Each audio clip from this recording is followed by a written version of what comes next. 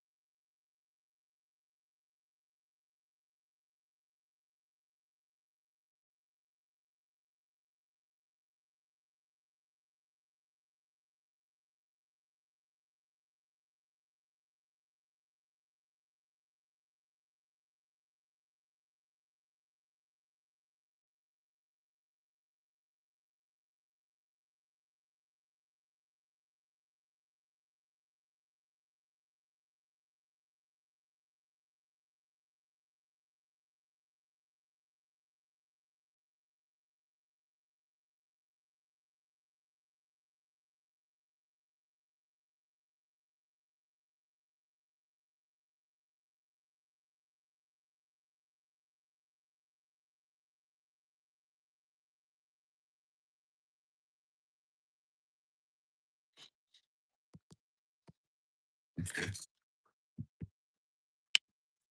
you guys have any questions, please feel free to ask. Before I get under the microscope, it's a lot easier for me to see your questions. Right now, we're just leveling our work, making sure everything is set level. So when it spins, stays level. I think we're there. I think we're good.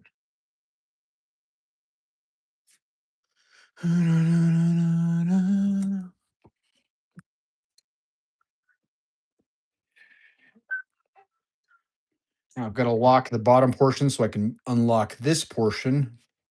Right now we've got 6 axes of play. We got 1, 2, then this way 6, or sorry, 3, then 4, And then what's my fifth one? I can't remember. Six, oh, whatever. I don't know. Five, six axes, something like that. We've got a bunch of axes of planes of movement. And we really just need two.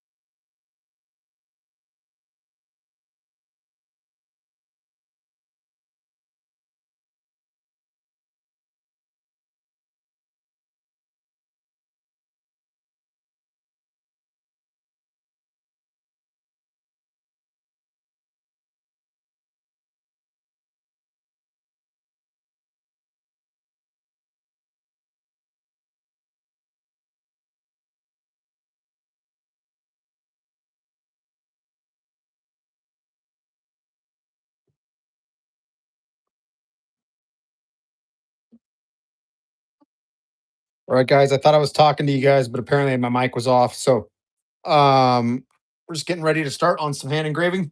If you have any questions, now's the time to ask them. We're going to be using the GRS, or not GRS, the Steve Lindsay today. So we're going to be using the Steve Lindsay hand engraver.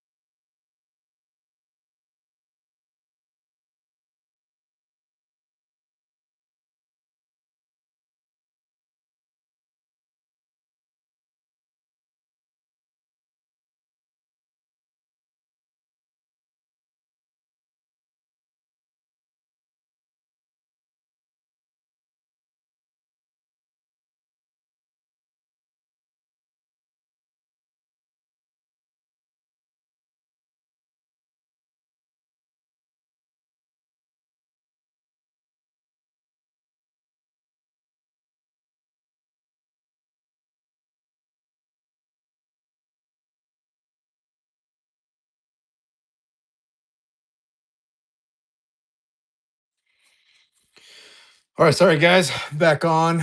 I just had to mute it for a bit. If you have questions, please feel free to ask. We're just shading.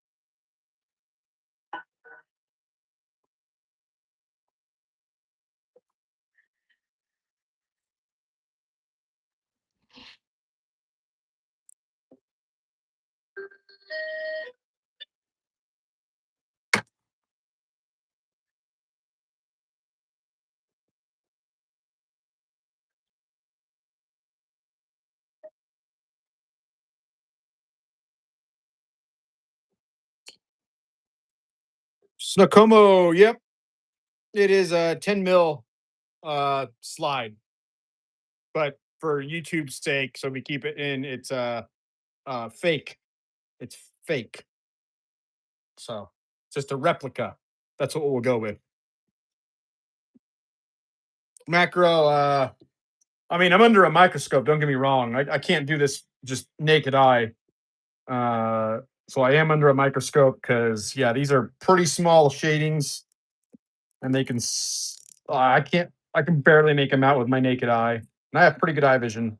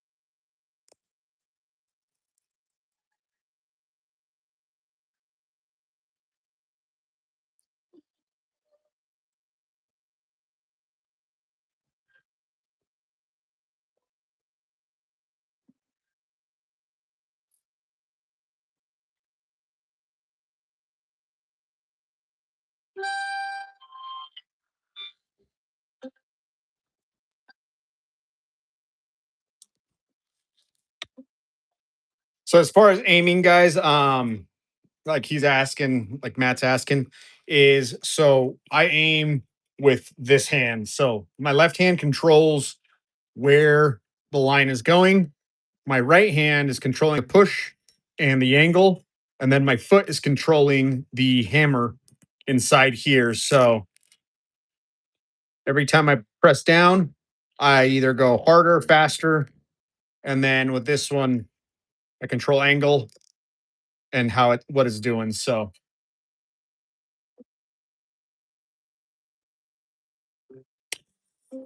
Fat Fuzzy, not yet. I do have plans on some full rifles being done.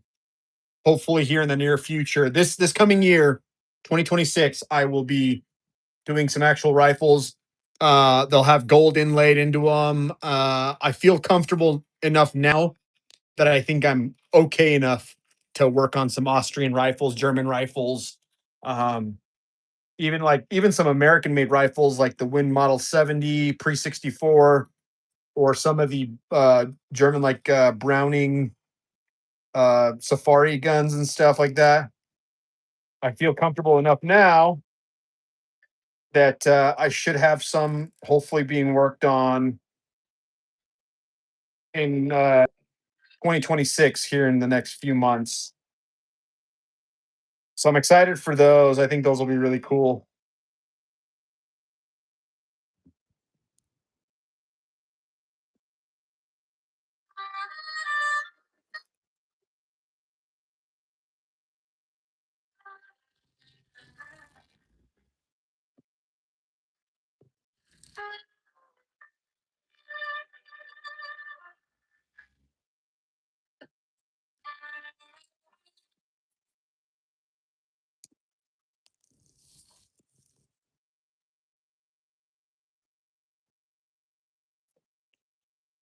Macro, it just depends. As far as like cost goes, when I was doing private commissions and stuff, it just depends on the project, how complex you want it. This was supposed to be a simple slide, and it quickly turned into a not so simple slide. Just the shading itself is usually the complex portion. So if people want like this fine shading and stuff, that can take quite a bit of time. Background work, so all the background work here. If it's like if I have to dig it out, that also takes time. So it just depends on the project. It also depends on are people okay with lasering some of it. So sometimes I can laser out the background. That takes out a lot of the time. But some people just don't want any laser, which is fine. Like that's cool. You know, you they want to keep it to the old art, just because laser's kind of a manufacturing process nowadays rather than an art. So it just depends on what people want. But a slide can cost anywhere from like a couple hundred to you're looking into thousands, depending on how complex you want to go.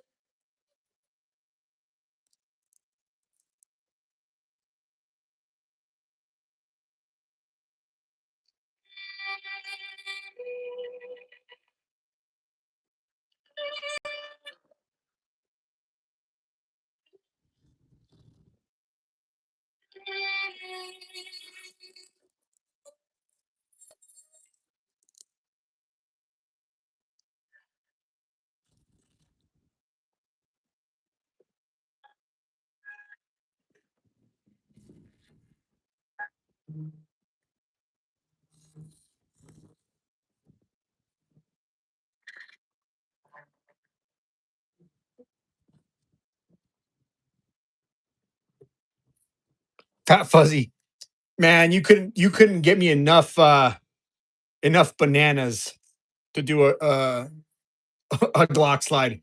I have this strong disdain for Glock slides. So yeah, I mean, I know a few people that do it with laser and laser polishing, and you could probably get one done for 500 bananas. But but for me, I don't even want to touch one.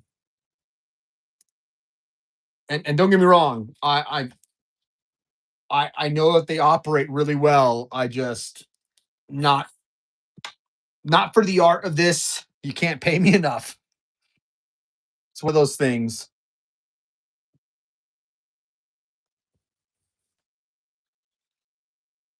It's just a personal preference. It's funny is like I actually love to use them for, you know, for carrying around and stuff and operability. Hey,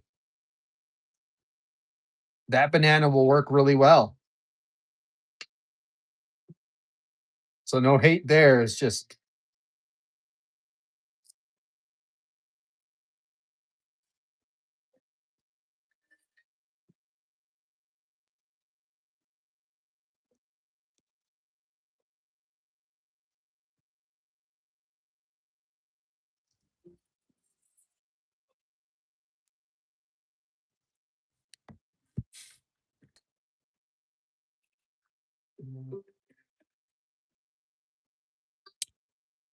that fuzzy. It can be starter tools. If you want machines and stuff, I mean, you're looking in the thousands. If you're looking at just doing it by hand, like you can do hand push stuff for shoot, go grab a nail, sharpen it up to 120 degrees perfectly, polish it out.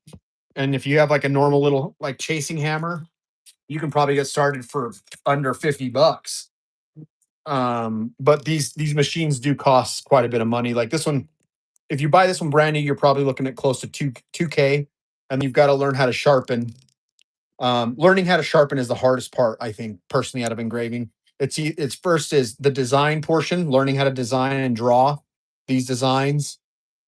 But if you're just looking at hand engraving, and let's just say you're using AI to make up some crappy scrolls for you, then and you're just wanting to cut them, the hardest part is going to be sharpening this portion right here. If you don't know how to sharpen, you're gonna slip, you're gonna hurt yourself, you're gonna be cussing a lot. And I know this because I was there.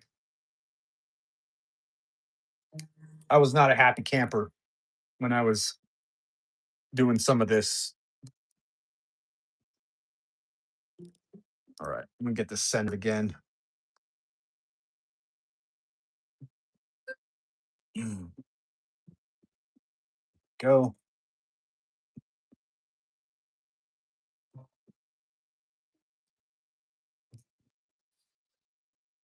Carostrol, yeah, man. I've got to figure out when to have time. It's been a busy few months, so I haven't had time to jump on and do some engraving. I'm glad to be back for a little bit.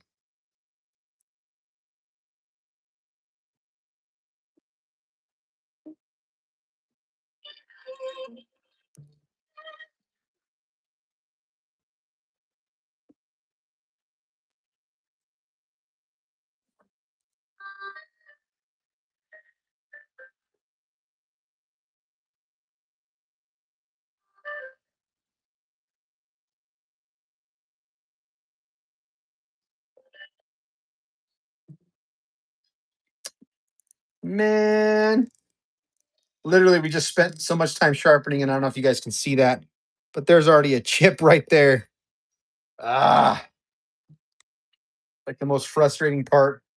And I'll try to cut it real fast, but it just operates so.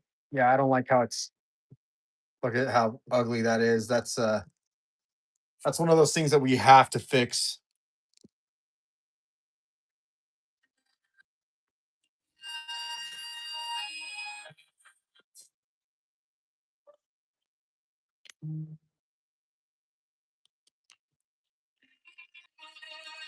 Oh, buddy, that was a bad chip. All right, we're gonna have to reface, resharpen, redo quite a bit probably. Let's see if I can save it. I doubt it.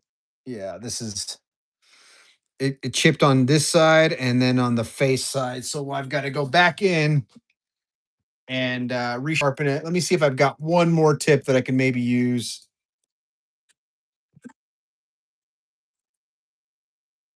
Let's see. Maybe this one right here. This one works okay for.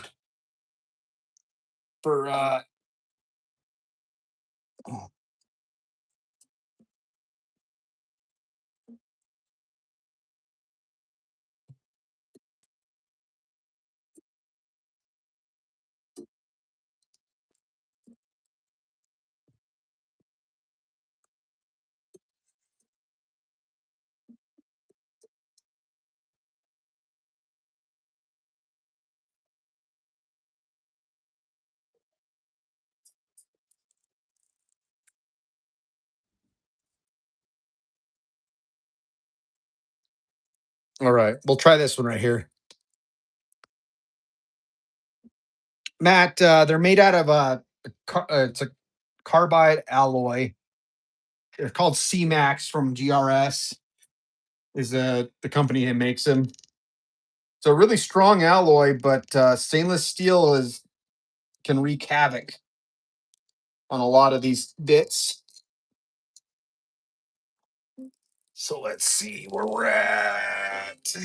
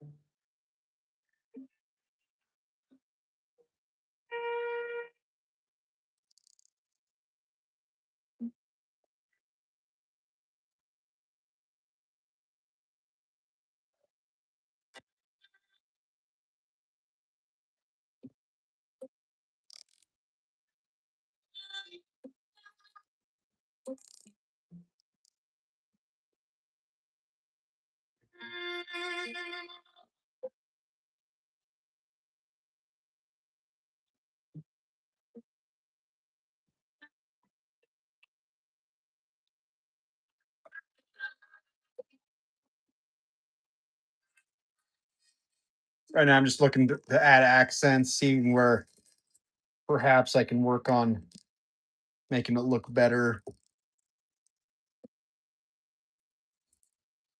think we look pretty good so far. So a few little shade lines here.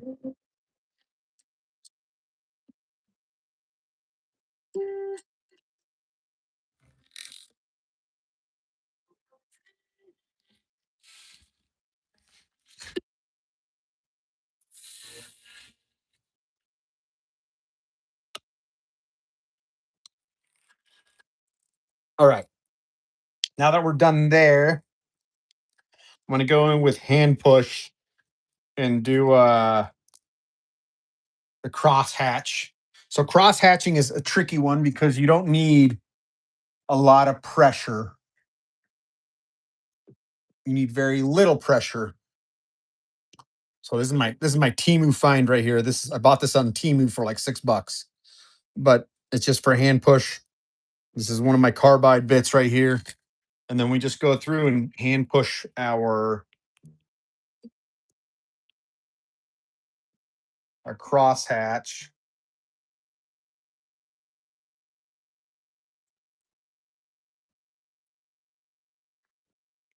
Cross hatching is tricky because you don't want a really deep hatch. Then it just looks overpowering.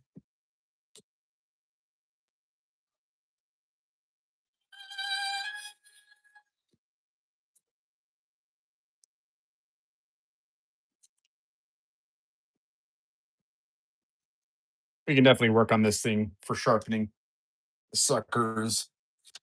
This is probably one of my old bits right here that I had when I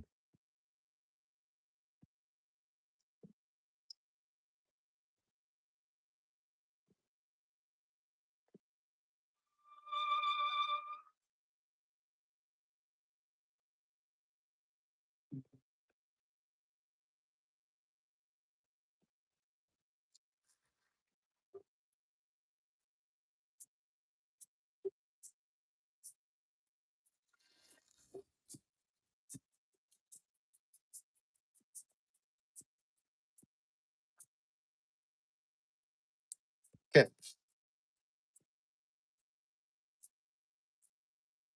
Now we cross hatch again.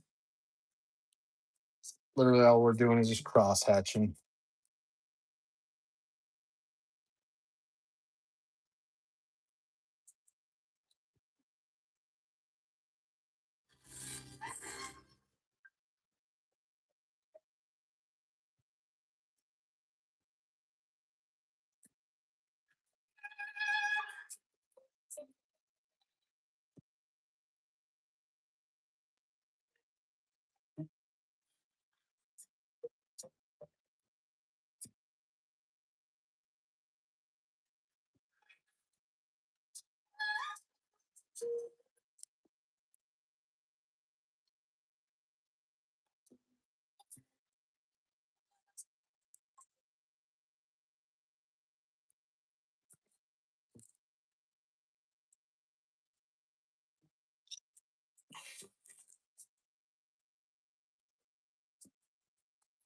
Yeah, I've slipped a few times. You can actually hurt yourself pretty bad slipping, depending on how much pressure you have. And when it happened to me, I learned my lesson pretty quickly. I stuck one of these bits right into my palm.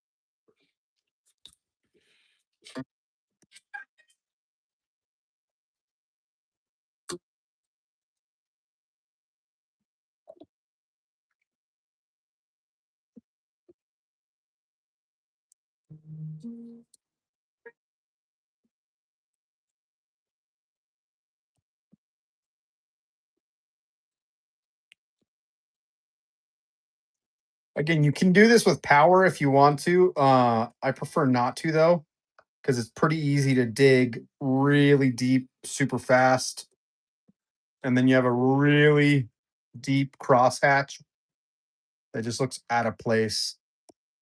Crosshatching is more so an accent to help shading kind of depict where shading gets darker.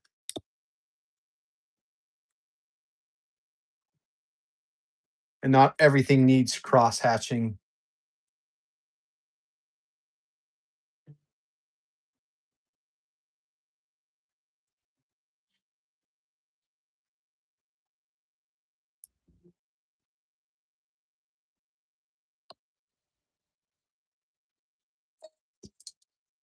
I'm not a big fan of this bit right here, so I'm gonna change it out actually.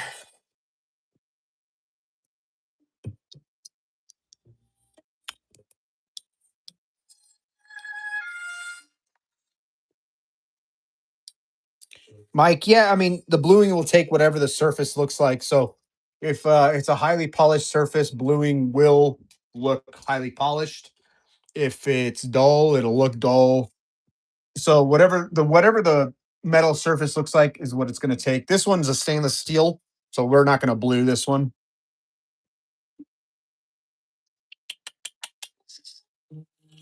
I need see where this is at.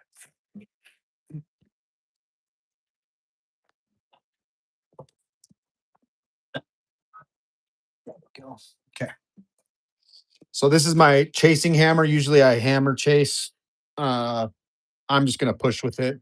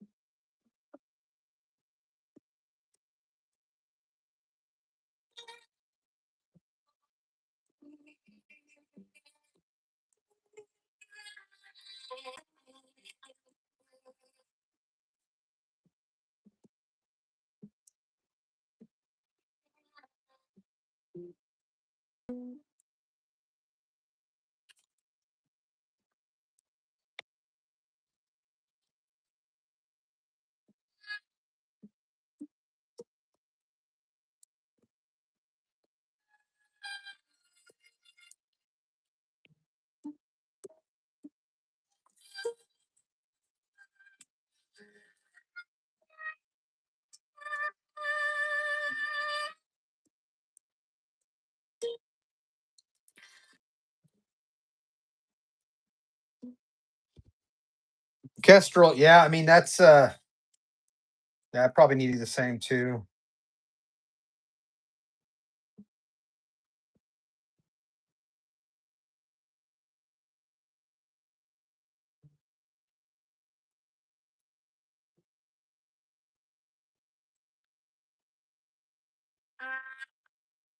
All right. Gotta adjust. We're at the limit right here of my microscope.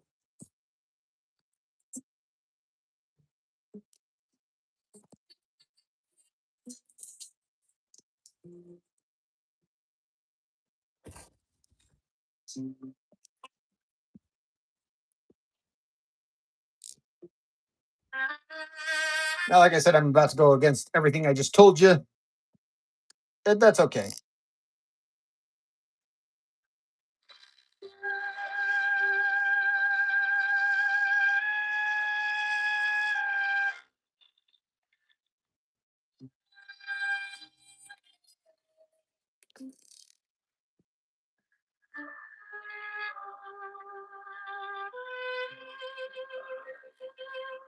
The stainless steel is so hard that I'm like, you know what? I'm just gonna use I'm using like the lowest setting. So there's very little power going to the handpiece, but little power is still more than enough for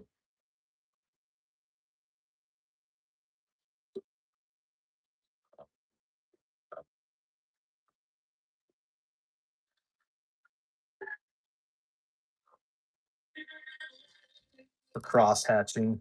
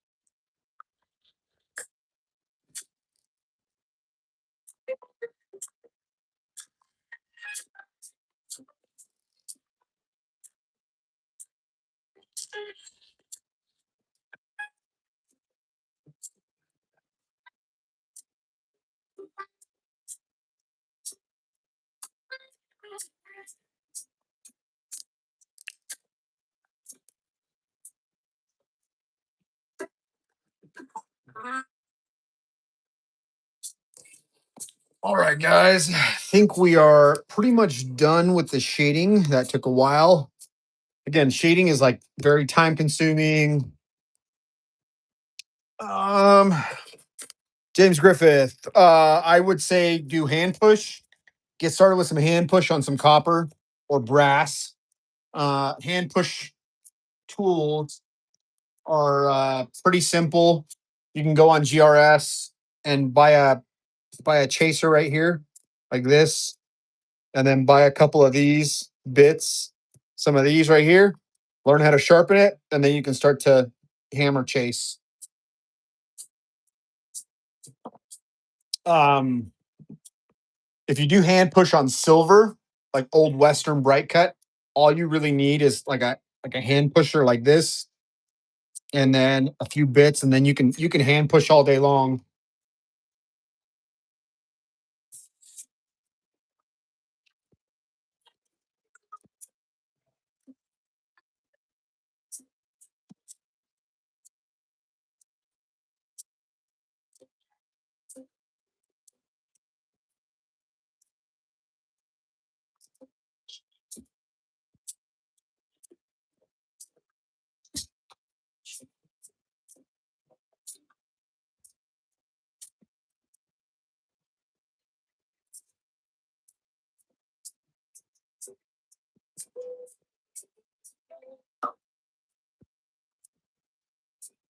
You can also jump on eBay and buy some of these hand push bits right here.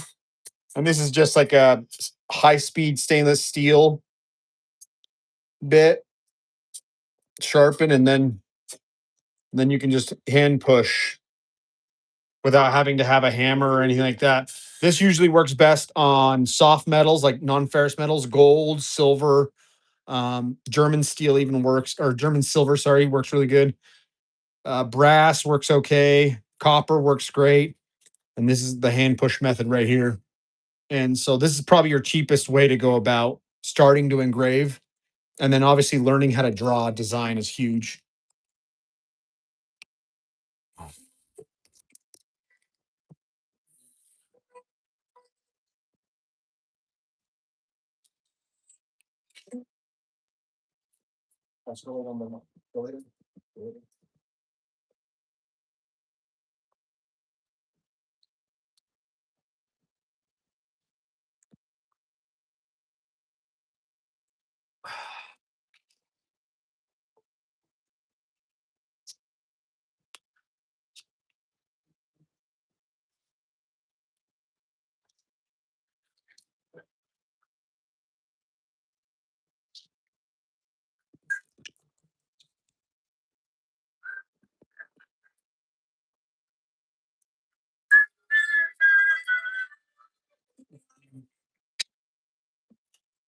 All right, we're going to get started on applying some of the black ink.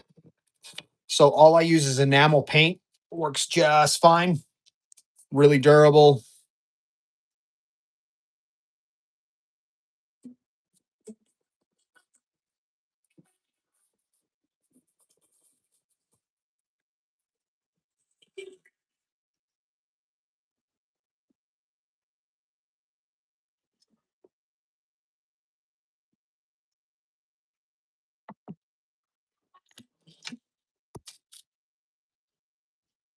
James Griffith, Vice is nice, but you can get away with a lazy Susan and just like a normal Vice, honestly. But yeah, a ball vise is nice. You can buy pretty cheap ball vices from Vivor. Vivor basically makes everything nowadays, right? So you can buy a Vivor vise for like $100. That's how I got started.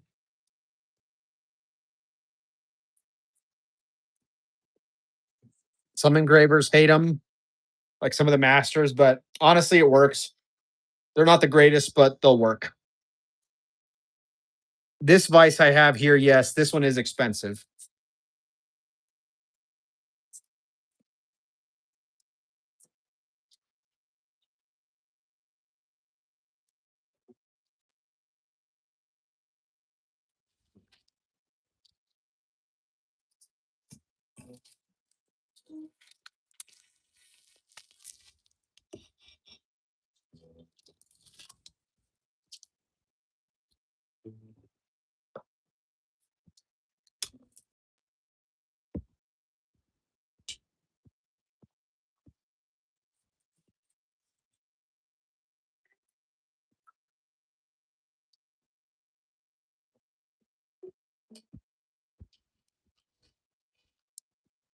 These are always nice. These popsicle sticks is what I use. And then a nice clean rag.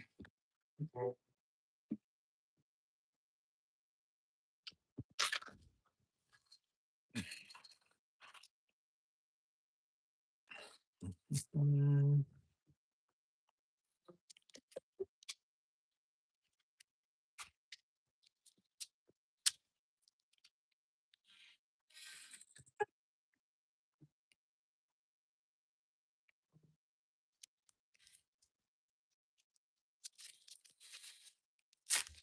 Essentially, you just want to take the paint off the surface, not out of the engraving itself. So that's why I like these flat.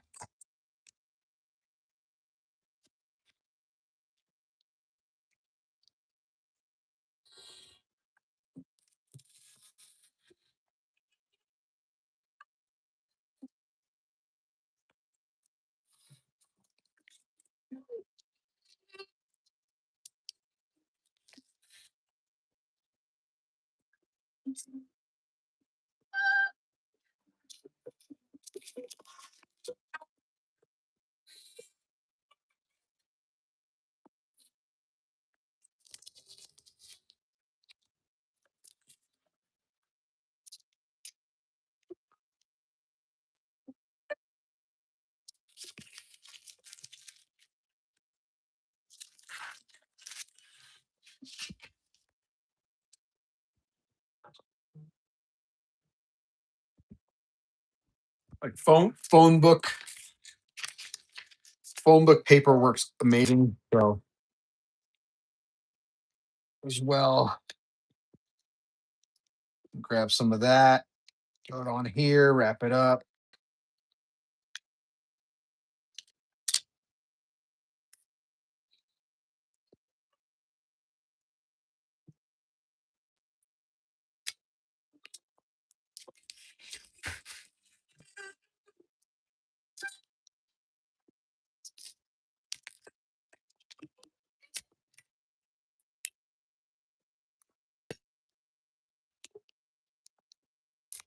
Sober hair razor, like I said, some people get away with, if you're doing flat stuff, you can get away with a lazy Susan.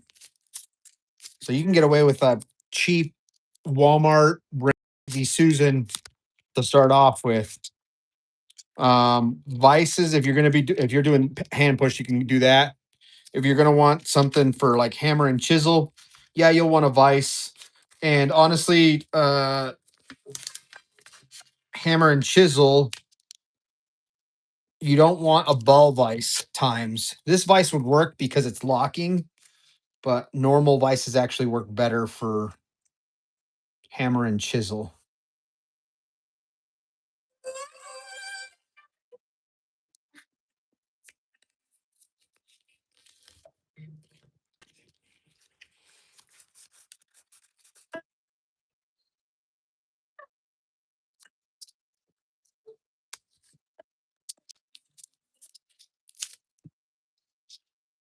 Some alcohol.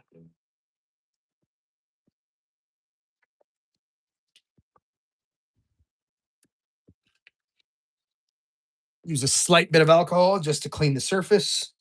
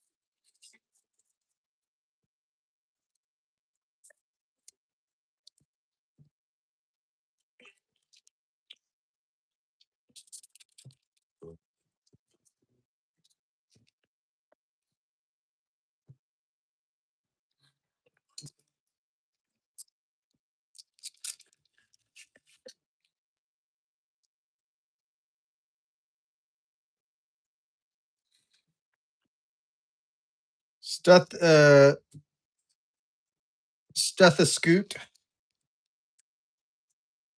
Well, I'm glad you found me. I try to help as much as I can. I'm not always the best by any means, but please check out some of the content. Yeah, if you're really wanting to start, I would suggest get drawn, whether it be on a digital format like Procreate or pencil paper, that's fine. But get drawn, understand design, and then get yourself some copper plates and some hand push scrapers.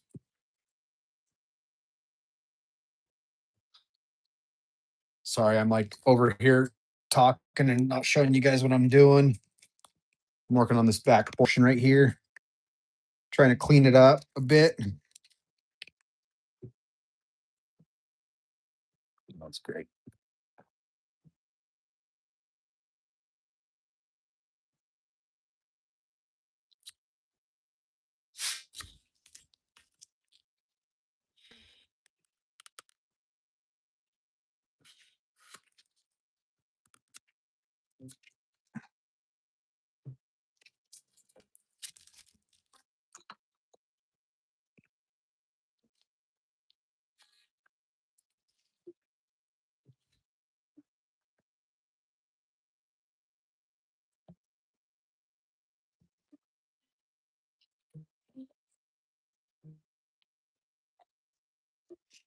All right. We're still not completely done with this slide, obviously, because there's still a lot of work left to do on the other side. But I'll show you kind of where we're at with it.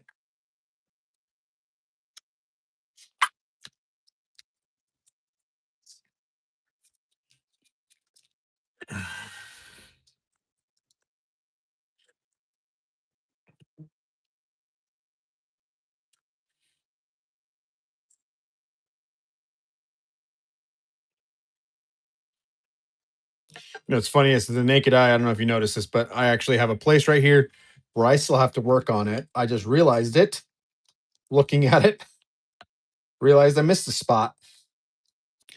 I missed a spot. I'm looking at it right now. And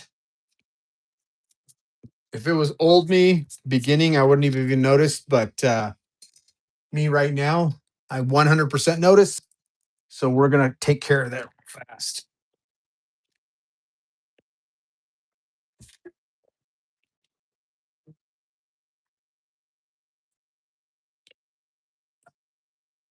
It's crazy that I actually noticed that. But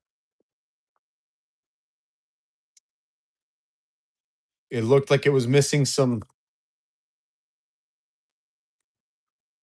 shading to me, and it sure is.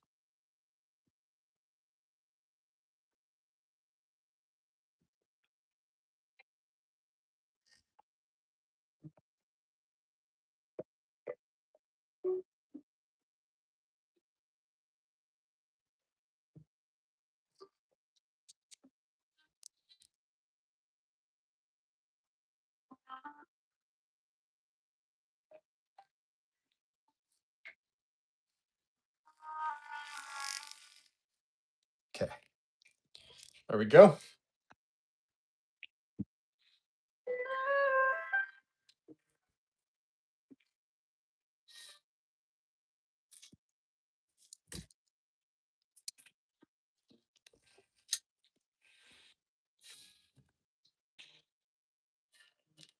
I'm talking about this chunk right here. This is the slide lock right here.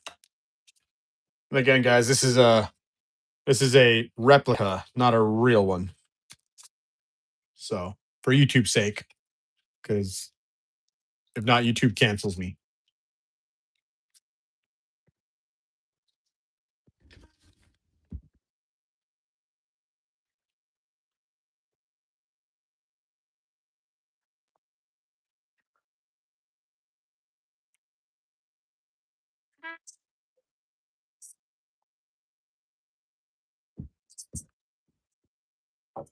All right, let me get the paint back on here. Just gonna focus on right where it was missing a little bit.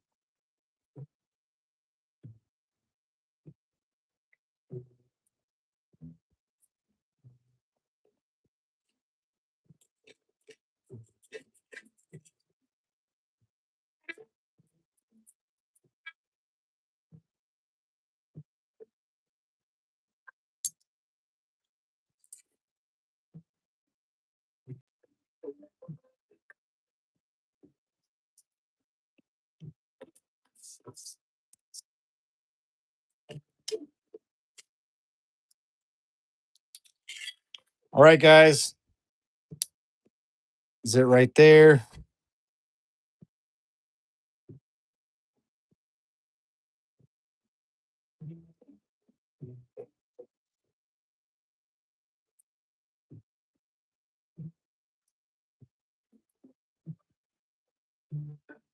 So we've still got to do the other side. This one's just etched right now. This one's etched. There's no actual engraving in it yet. So we've got to engrave it. Just has the design etched in it right now. But